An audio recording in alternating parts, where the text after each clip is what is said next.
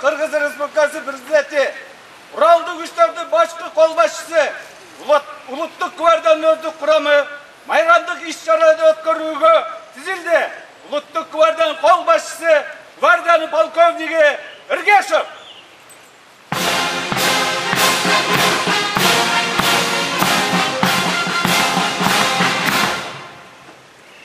Salamatçılar yoldaşlar. Salama, bolunuz, yoldaş, başkı, kolbaşçı. Kırgızstan'ın egemenliğilik günü menen kutluktayım. Hurra! Hurra! Hurra!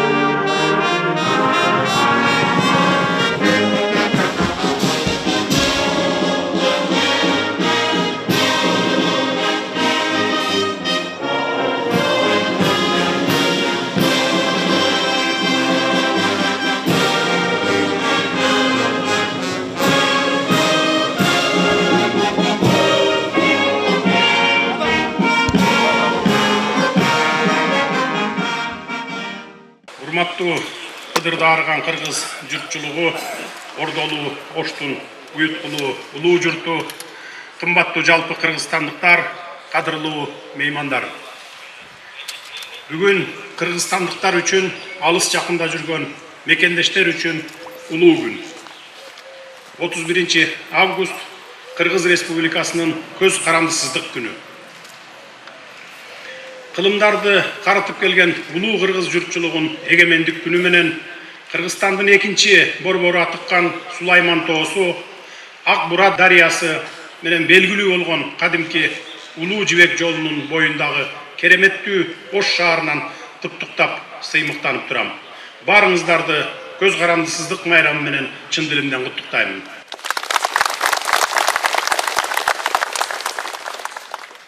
Ылайым түндүгүн күн нуру чайган кызыл желегибиз ар дайым желбиреп турсун, туубуз жыгылбасын, асманыбыз ачык, жергебизде тынчтык болсун, майрамыбыз дагы бир жолу кут болсун. Эркиндиктин, азаттыктын добушун жаңырткан эгемендик менен кызыл байрагыбыз бири-биринен ажырагыс бир бүтүндүктү туюндурат. 30 кылымдан ашуун тарыхында ата-бабаларыбыз дал ушул эркиндикти, эгемендик үчүн канын төгүп, жанын берип күрөшүп, улуу дөөлөттөрдү куруп, туусун бийик желбиретип, тарых барактарына кыргыз деген атты ташка тамга баскандай кылып калтырып кетишкен. Кылкылдаган кызыл туусу менен күп жарашкан эгемендик бизге ыйык сезим болуп калыптанып, бул ыйыктык муундан муунга кан аркылуу өтүп, бүгүнкү күндө элибиз эркиндикти сүйгөн, калыстыкты туу туткан эл экенин эченерет далилдеди. Мына ошол эгемендигибиздин эң белгиси болгон кызыл байрагыбыз ата-бабаларыбыздын аманатын, келечек муун алдындагы милдеттерибизди ар дайым эскертип, каныбызды дүргүтүп, көөдөнүбүзгө дем күч берип келет.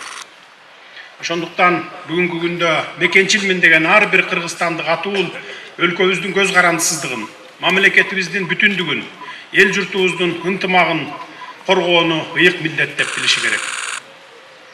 Өткөн жылы улустун улуу күнү болгон эгемендүүлүк майрамын ар жылы Ардубанда өткөрүүнү ниет кылып, берекелүү чүй боорундагы айтылуу Чуңкурчак жайлоосуна туу көтөргөн элек.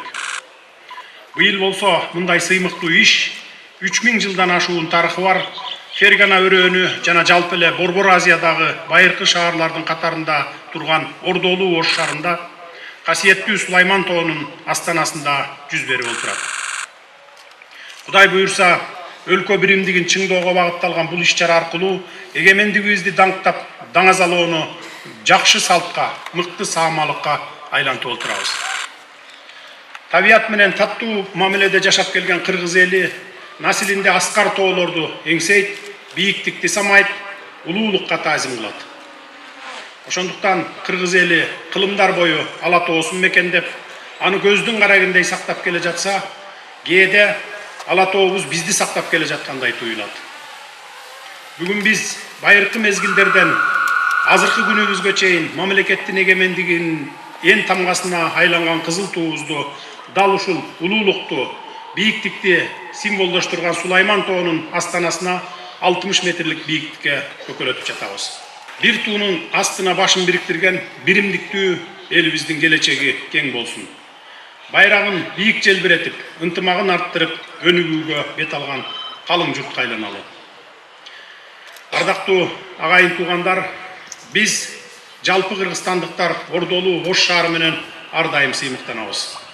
Себеби капкалуу бул шаар Сулайман пайгамбар менен Искендер Зулкарнайындын аты менен байланышкан уламыштардан сырткары араб жана перс окумуштууларынын, тарыхчыларынын эмгектеринде эскерилет. Аларда Ош шаары жөнүндө маанилүү тарыхый, маданий, аскердик, социалдык, экономикалык көптөгөн маалыматтар жатат. Ош шаары Улуу Жибек жолундагы маанилүү соода жана маданий түйүн катары эчендеген тарыхый доорлорду эске салып турат. Бул аймак тарыхта түркүм маданияттар жуурулушкан, түрдүү цивилизациялардын элементтери кездешкен менен баалуу. Бүгүнкү күндө да Ош облусу өлкөбүздүн өлчөөсүз байлыгы болгон этностор аралык ынтымактын, көп түрдүүлүктүн духун чагылдырып турат. Кудай буйрса, Ош тубаны кайрадан жаңыланган Улуу Жибек жолунда тарыхый миссиясын уланта турган күн дагы алыс эмес. Ош облусу аркылуу өтө турган Кытай, Кыргызстан, Өзбекстан темир жолун куруу долбооруна 3 мамлекеттин башчылары тарабынан кол коюлгандыгын, бул темир жол магистралынын канчалык маанилүү экенин жакшы билесиздер. Урматтуу калайык калк, биз кыргыз эли бирде жеңип, улуу дөөлөттөрдү куруп, кең аймакта ат ойнотуп, салтанат куруп, бирде жеңилип, катуудан казаны калганча кырылып, түгөнүп барып кайра түтөгөн элибиз. 30 кылымдан ашуун карт тарыхты кырча баскан ата бабаларыбыз өз кезегинде дүйнөлүк цивилизацияга салым кошо алышкан. Бул тууралуу бүгүнкү күндө айрыкча азыркы интернет желесинде маалымат желдей учуп турган чакта кыргыз эли даңктуу тарыхы бар улуу эл болгону ар тараптан тастыкталып баратканына күбө болуудабыз. Демек, сыймыктангыдай жана сабак бай тарыхыбыз бар. Албетте бул ата бабалардын улуу муундун эмгеги. Ал эми ошол алмустактан бери келаткан кыргыз тарыхынын бир бөлүгү бүгүнкү күндө да өз орду, өз салмагы бар Оштун тарых таржымалы кадимки Кубат би, Ажы би, Алымкул аталык, Алымбек датка, Мусулманкул Миңбашы, Нүзүк би, Курманжан датка, Полот хан жана башка тарыхый инсандардын аттары менен тыгыз байланыштуу. Айкөл Манас атабыз, Барсбек бабабыздан берки ата бабаларыбыздын ысымдарынын катарын улаган, жогоруда аттар аталган аталарыбыз мына бүгүн биз үчүн, кийинки урпактар үчүн маңдай жарыла мына бүгүн кубануу менен белгилеп жаткан эгемендигибизге түздөн түз таасир этишкени кашкайган чындык, биз үчүн бул чоң сыймык. Кыргыз элинин тарыхында изи өчпөй, аты кылымдарга даңкталып кала турган чыгаан инсандарыбыздын учу ошону менен токтоп калган жок. Түптүү эл экенбиз, өткөн кылымдын башында бүгүнкү мамлекеттүүлүгүбүздүн пайдубалын түптөгөн Иманалы Айдарбеков, Жусуп Абдрахманов, Абдыкерим Сыдыков, Ишеналы Арабаев, Абдыкадыр Орозбеков, Баялы Исакеев, Касым Тыныстанов, Төрөкул Айтматов, алардан берки Исхак Раззаков, Турдакун Усубалиев жана башка аталарыбыз кыргыз элинин тарыхында тагдыр чечер бурулуштарды жасап тарых жаратышкан.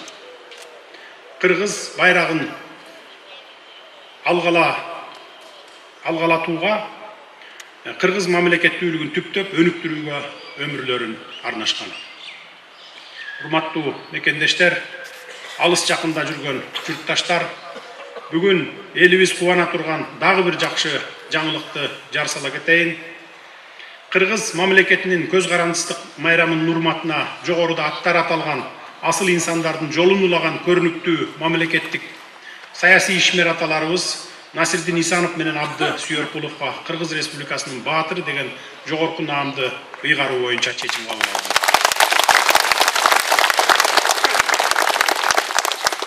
Бул эки ысымды билбеген, укпаган, алардын эл жер үчүн жасап кеткен эмгектеринен кабар болбогон кыргыз болбосо керек.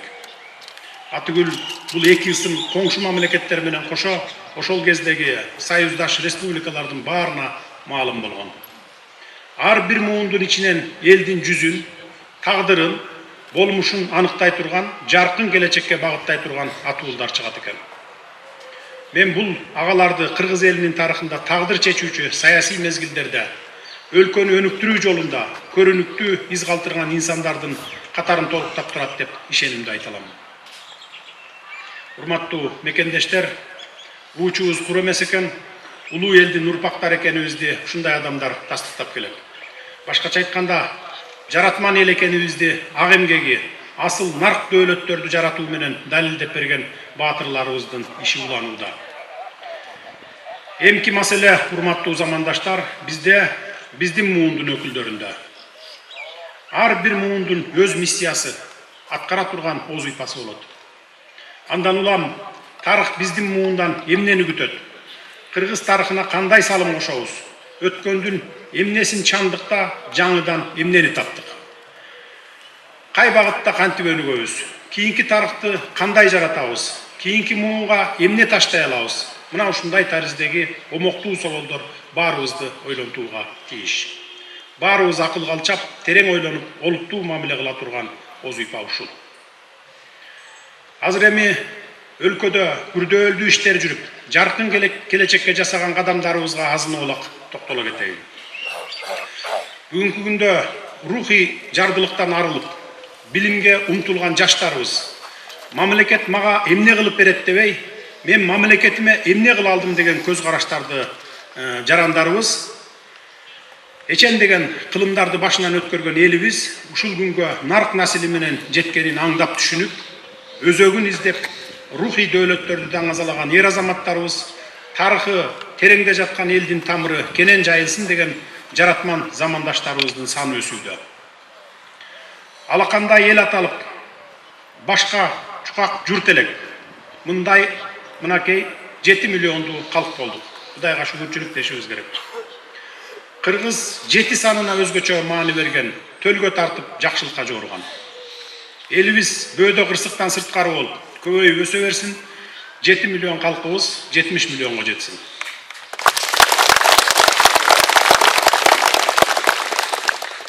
Көбөйгөн сайын элибиздин аң сезими өзгөрүп, мамлекет жасап берет деп олтура бербестен өз киндигибизди өзүбүз кескенге үйрөндүк.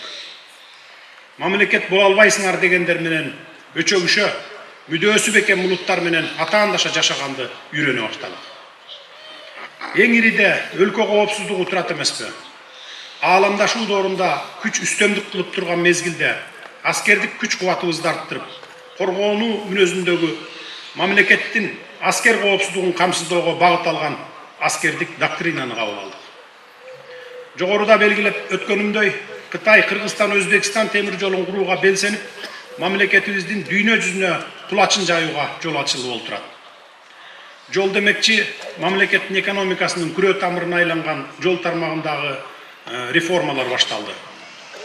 Жол курууга техника жок деп шылтоолобой, 700-ге жакын жол куруучу техникаларды сатып алууну мерчемдеп, алардын 265-и сатылып алынып, азыр жерлерде кызуу иштеп жаткан чагы.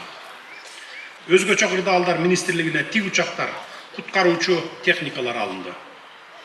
Ал эми баардыгы электр кубатына көз каранды болгон маалда бүгүнкү күндө ири кестердин агрегаттары реконструкцияланып, ондогон чакан кес, күн, шамал электр станциялары курулуп жатканына жамы журтубуз күбө. Ошону менен катар Кыргызстандын жүрөгүнө айланган Баткен облусуна миллиарддаган каражаттар каралып, айылдарды калыбына келтирүүгө, жаңы үйлөрдү, социалдык объектилерди курууга, элдин жашоо шартын оңдоого жумшалып жатат. Таалим тарбия, билим берүү тармагында бала бакчалардын, жаңы мектептердин курулушу 2 жылдан бери жигердүү жүрүп, республикадагы мектеп көйгөйү четинен чечилип келет. Мындан сырткары кызмат адамдарын ротациялоо ийгиликтүү натыйжасын берип жаткан үчүн жерлерде кызматтык үйлөр курулуп, колдонууга берилүүдө. Аймактардагы аэропорттордун курулуштары бүтсө, буюрса, өлкө ичиндеги аба каттамдары дагы жанданат. Бул долбоор эл үчүн жеңилдетилген социалдык долбоор болот. Мына ушул сыяктуу иш-аракеттерден улам эл аралык институттар тарабынан жүргүзүлгөн мониторингтердин негизинде Кыргызстан туруктуу өнүгүү жолуна түшкөн мамлекеттердин катарына кошулду. Урматтуу кыргызстандыктар, жогоруда тизмектелген ири долбоорлорду ишке ашыруу менен көздөгөн максатыбызга жетебиз, элибиздин мүдөөсүн орундатабыз. Бир аз убакыттан кийин Кыргызстандын жетишкендиктери менен сыймыктанчу учур да келет. Андай заманды жаратуу, өнүккөн өлкө куруу биздин колубузда. Себеби бизде бардык мүмкүнчүлүктөр бар. Өлкөдөгү, эл ичиндеги мындай артыкчылыктарды колдон чыгарбай туура пайдаланып, тарых жаратып калуу улам боло бербей турган тарыхый шанс. Шансты кетирбейли, тарых жараталы, биз сөзсүз жарата алабыз. Өлкөнүн жаратылыш ресурстары, адам ресурстарын туура, сарамжал, астейдил колдонуп, аталардан бизге калган эгемендүү Кыргызстанды өркүндөтүп өстүрүп, кийинки муунга өткөрүп берели. Дагы бир жолу эгемендик майрамыңыздар менен чын дилимден куттуктайм.